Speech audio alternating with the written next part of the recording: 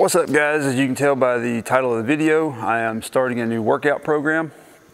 I'm getting a little bit away from the CrossFit style stuff that I've been doing, mainly because I suck at it. Not so much the like burpees and wall balls, simple stuff like that I can do fine, but it's the Olympic lifts and the gymnastics that I'm just really not good at. I've got super tight shoulders, so like getting in an overhead position, like that's very hard for me. So snatches, overhead squats, stuff like that, it really sucks for me. Even doing like a clean and jerk, getting in the clean position and jerking up, you have to get the bar kind of slightly behind your ears, but when your shoulders are super tight, it's kind of hard to do. It's hard to get in that position. I've got somewhat tight ankles too, so like over here, like I said, overhead squatting, front squatting, the ones where you have to have a pretty vertical torso when you're going up and down, that's kind of hard for me to maintain a good position just because I'm kind of not flexible. The gymnastics movements suck. Maybe it's just because I'm big and I don't know, I don't have good coordination or explosiveness or whatever, but like muscle ups, ring muscle ups, bar muscle ups, that's pretty much a no-go. I'm still going to continue to do that, those type of workouts. Like I said, double unders, burpees, wall balls, the conditioning stuff, because I don't really want to get fat. I'm about as lean now as I've ever been. Even I'm smaller now than I was in high school. I was about 250 in high school playing football, and I'm about 225, 230 right now. But anyways, I'm kind of going into a powerlifting type program, bench squat, overhead, deadlift, stuff like that. Because I think it might be more beneficial to me. I might be a little better at it. And the main thing, I get too frustrated doing the CrossFit style workouts, like the gymnastics, like muscle ups and all that. I spend a lot of time trying to get them. I never do, and snatches suck. I can only snatch 185 and it looks terrible. Just getting in that overhead position is very hard for me. So I usually end up getting frustrated during the workout, and that's not what working out is supposed to do. It's supposed to make you feel better mentally and physically. And if I can come in here and get strong on a squat or a bench press and feel good when I leave, I'm not mad or frustrated, I feel like that's going to be better for me. So anyways, the program that I'm going to go with right now is Starting Strength from Mark Ripito. And it's a novice program for people just starting out with powerlifting. It involves the 5 key movements: bench, squat, deadlift, press, and power clean. Starting Strength is 3 days a week, Monday, Wednesday, Friday. You do 3 sets of 5 on all of these, except deadlift, it's a little different, and power clean is a little different. And basically what it is, you find a weight that you can do 3 sets of 5 with, a pretty conservative weight, because you're going to add. Each time you do the workout, you're going to add. So like Monday, you squat. So like last Monday is my first week. I did 245 for 3 sets of 5. And then Wednesday, I jumped up to 255. Friday, 265. Today, I might do 270, 275, something like that. So you add weight each time. In the beginning, you're going to add a little bit more weight. And as you progress through it, your beginner, huge increases are going to start to taper down, and you're only going to be able to add 5 pounds a workout, or 2.5 pounds, or 2 pounds. But the key is to just add weight each time. It's a linear progression is what it's called. So every time you do that lift, you want to add a little bit of weight. You just keep building and building and building slowly, day by day, week by week. So it's Monday, Wednesday, Friday, 3 days a week. You get a rest day Tuesday and Thursday, and then the weekend you rest 2 days. And they're big on the recovery, because you're stressing your body out by the lifts, and you need plenty of time to recover and adapt before you come back and tear your body down again. But I'm thinking on Tuesday I'll probably do conditioning. Just like I said, I don't want to get fat and bulky. So I'll probably do like double unders and body weight stuff, or just wall balls, kettlebell swings, something like that. Something that's not going to make me super sore. Something that's not really going to hinder my strength training, because the key to this is building strength. That's starting strength. You're starting your starting into your strength growing cycle. So the main focus is getting strong. They're not worried about, you know, staying in shape or running or doing, you know, stuff like that. It's getting strong. So that's why I kind of throw in a little bit of conditioning on Tuesday and maybe Saturday. I don't know, I'll just have to see how it goes. You know, I've only one weekend. So anyway, I'll try to make maybe a video once a week, kind of a update progress video. And you know, that way we can see, you guys can see and I can see kind of how this program works and what kind of gains I'll see, or what kind of numbers I'll be able to put up.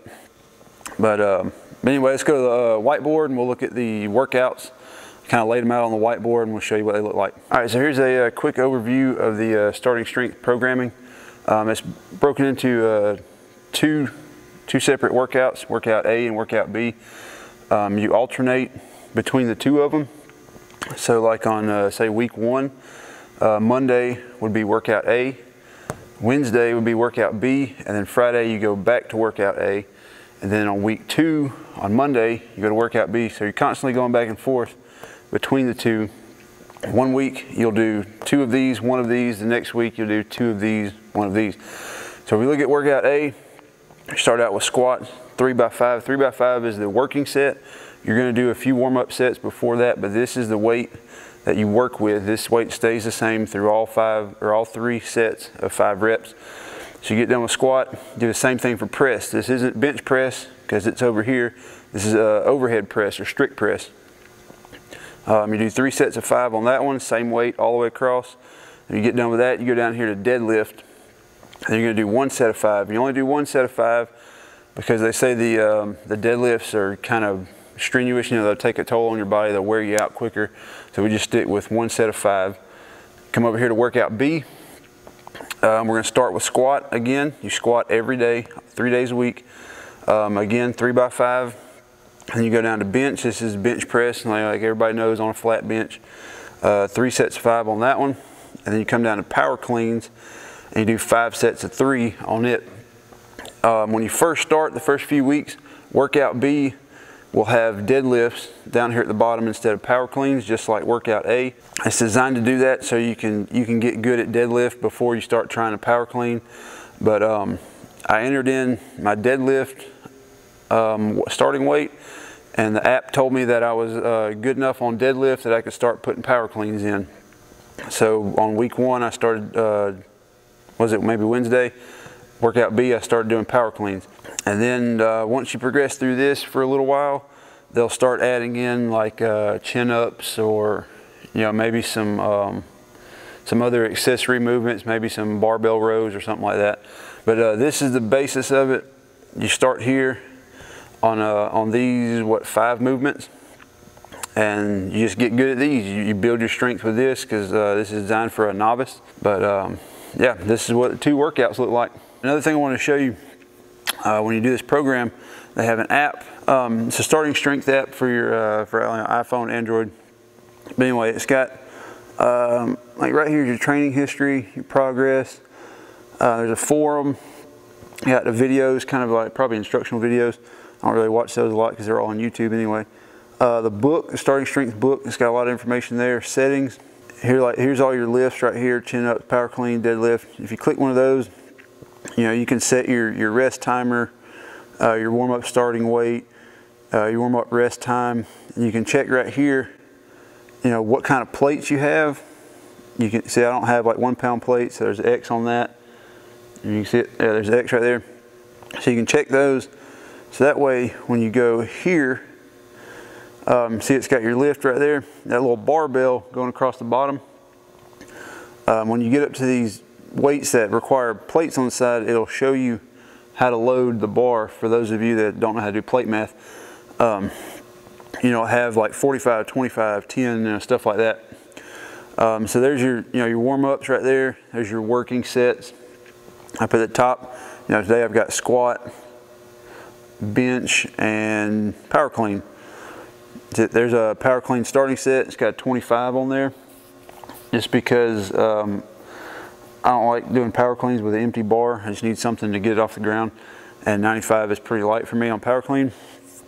So that's how it does that. And then when you get done with your set, you hit next and it'll drop down and start your timer.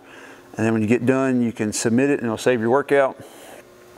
And then you can go to your training history and your progress and all that stuff, and you know, monitor your progress. So anyway, this is a pretty good little tool to use just to keep track of some of your stuff. So that way, you know, you don't have to try to write it down to remember what your last working set was. You know, it's got some good information on here if you got like a question about you know, how to set up a deadlift or some of the cues on squat, stuff like that. You can go in there and look at that. So it's a pretty good little thing to use. Just download it. I think it was less than $10 somewhere. It was more than 5, maybe 8. I don't know, something like that.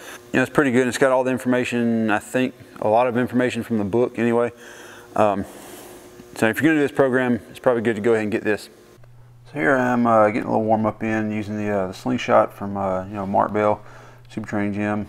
You know, just to get a little blood flowing in the hips, get everything loosened up. You know, get everything warm before you squat.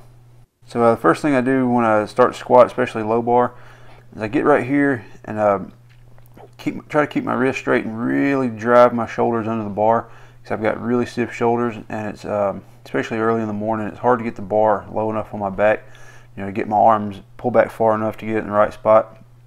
So I just spend a little time, you know, driving my shoulders under the bar, just to loosen the shoulders up a little bit so I can get in a good position. So once I get my shoulders warmed up where I get the bar in a pretty decent position, go ahead and do a few warm-ups at 45 with just the bar. You can kind of tell the bar is sitting a little bit high still, but as I progress through my warm-ups, they'll loosen up and my hands will stretch out, my forearms will loosen up a little bit, and I'll be able to get the bar in the right spot. So here's one of my working sets on the back squat. I think it's 275.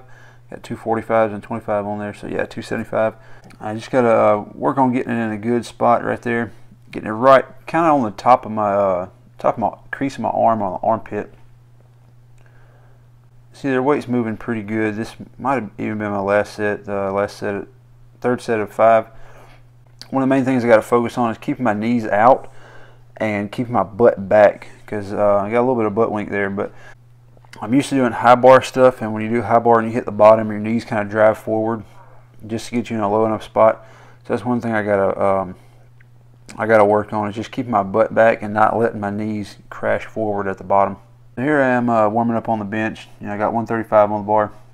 Just trying to get in a good spot, get my shoulders pinned into the bench, keep my back tight. You know, just keep a tight chest. You know, just work on the movement, get loosened up. Working set on the bench for today, it's 205. Last week I started with 195. It felt pretty good, so I went ahead and did a 10-pound jump to 205. And here I am just trying to get in a good spot on the bench, trying to maximize my arch, because I'm pretty tall, so it's hard to cram my legs under the bench and still keep my heels on the ground. You know, like we say in the South, trying to put a larch on it as much as possible, just to get my chest up, you know, keep my back tight and all that stuff. You know, all the benefits of getting a decent arch on your bench. So here's my third set on bench. You know, trying to get as much arch as I can. That's why I wear squat shoes on my bench, because I have to keep my heels on the ground, and it just helps me cram my legs a little bit farther under the bench. I mean, I don't have like a super crazy arch, probably because I'm 6'2", and you know, I got decently long legs, and it's just hard to get them up under the bench like that. But like I said, the weight moved pretty good at 205, so I'll still probably just go to 210 next week or Friday. So here's one of my warm-up sets on power clean. I think this is maybe 145. You know, I've been doing CrossFit type stuff for maybe 2 or 3 years, so I do a lot of power clean. Out of all the lifts I did today, this is probably the one I have the most recent experience with. But you know, just because I've been doing it for a few years, that doesn't mean I'm excellent at it or I'm even good at it. It's just the one I'm more comfortable with, because I've been doing it a lot the past couple of years. Here's the Deadlift Jack I just made maybe a couple days ago. Kind of proud of it. First day I get to use it. Just made it out of 1-inch galvanized pipe, like plumbing pipe or something like that. Made some little cups for the bar to rest in. Put some rubber with some like sticky backing on it. Put that in the cups to protect the knurling. But yeah, that helps a lot when you're doing like deadlift and all that stuff. Just to pick the bar up off the ground so you can load plates on and off. You don't have to lift up the bar with one hand and slide plate with the other hand. So that helps a lot. It's working out pretty good. I haven't picked up any heavy weight with it because all I did was power clean. You know, maybe 205 is what I picked up, and it seemed to hold pretty good. But we'll see how it lasts in the future when I get some heavy deadlifts on it. Here's another warm-up set at 175. I haven't videoed a power clean in a while, so I'm not quite sure what they're looking like now. But it looks like I'm getting a little early lockout on the knee. You can kind of see my knee, you know, right there, kind of lock out a little bit. It's probably because I'm trying to maintain a high impact on the thigh. You know, trying to hit it as close to my waist as possible. I used to, a lot of times it would hit kind of on the bottom of my thigh, which is not good because usually when you hit there, it means you're leaning forward and the bar's going to go forward. So hitting it high on the thigh is good. You know, like I said, I'm not an expert at power cleaning. It's just something I'm a little more familiar with recently. Here we go. It was 195 as my working set, not 205. But anyway, 195, 5 sets of 3. The first rep always felt pretty good. The second one was decent, and usually the third one got a little sluggish. I'd have to squat a little bit farther to catch the third rep. But I'm just trying to maintain a slower pull off the floor. You know, some of them get a little fast, but trying to maintain a slowish pull off the floor and then explode off the hips. And then get into a good catching position and catch it on the shoulders. Sometimes I would hit it a little higher than I expected, and it would kind of ride down my neck a little bit.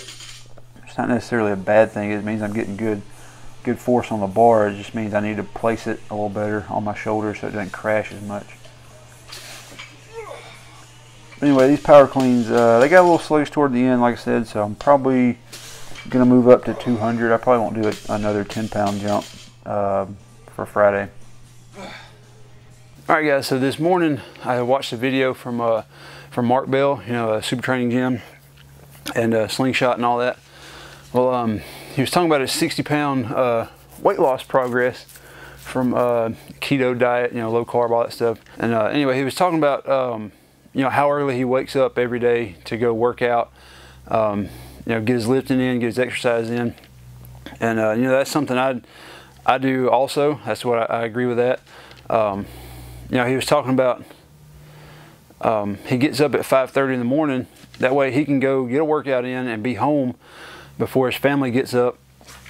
You know, so he doesn't miss any time with them. They don't miss any time with him either. You know, he still gets his work in, and he gets to spend the maximum amount of time with his family.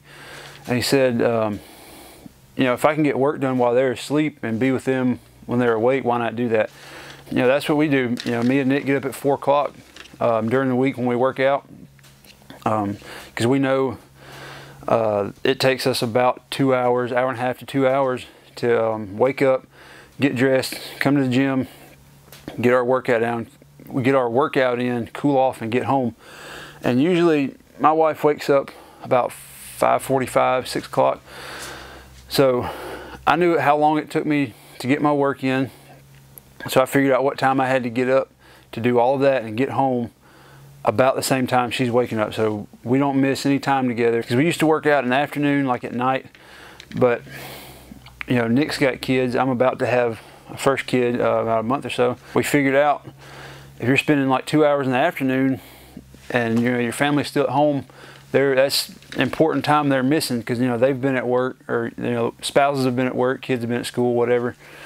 And, you know, that time after dinner and everything, that's time you should be spending with your family. You know, if they want to go to the gym with you, that's cool too. You can be like a family outing, go to the gym. You just have to, what I'm trying to get at is you have to find something that works for you. So for me and Nick, getting up at 4 o'clock, that works for us. We've been doing it for probably 2 years. And it's working out good. I know a lot of you think like 4 o'clock, it probably sucks waking up at 4 o'clock every day. But the thing is, once you've done it a few times, you know, you wake up at 4 o'clock, by 8:30, 9 o'clock, you're already tired. You know, you're basically 2 hours ahead of if you woke up at 6 o'clock. So, you know, around 8:30, you're tired, you go to bed, which gives you enough sleep to wake up at 4 o'clock. But if you're going to start that, I would suggest the first time you go to sleep, you probably want to go to sleep around 10 o'clock, your normal time, and you're just going to have to suffer the first morning and wake up early with a little bit of sleep. But then that's going to make you tired by the end of the day, so you go to bed at 8:30 or 9 o'clock, or sometimes even 9:30. That way you can get at least about 7-8 hours of sleep in before 4 o'clock comes around, and you just get in that routine. Go to bed early, wake up early. I've never been one to stay up real late at night. There's nothing. I mean, to me, there's nothing to do when the sun's down and everybody else is asleep. Yeah, maybe there's some like TV to watch. Like maybe if you have like a home gym or like a workshop, and you work, you do things after your kids go to bed, and you go out in your shop and you do work, or you spend time with your wife late at night after the kids go to bed. That's what I'm talking about. Do something. Just find a way to maximize your day.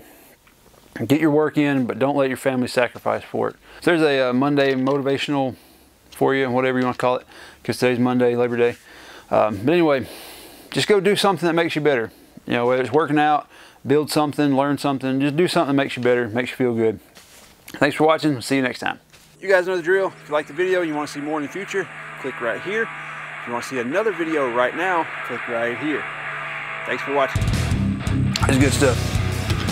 Things like Amino X from BSN. Alright, we're done. I don't really know who I'm talking to. I'm here by myself. One man wrecking crew.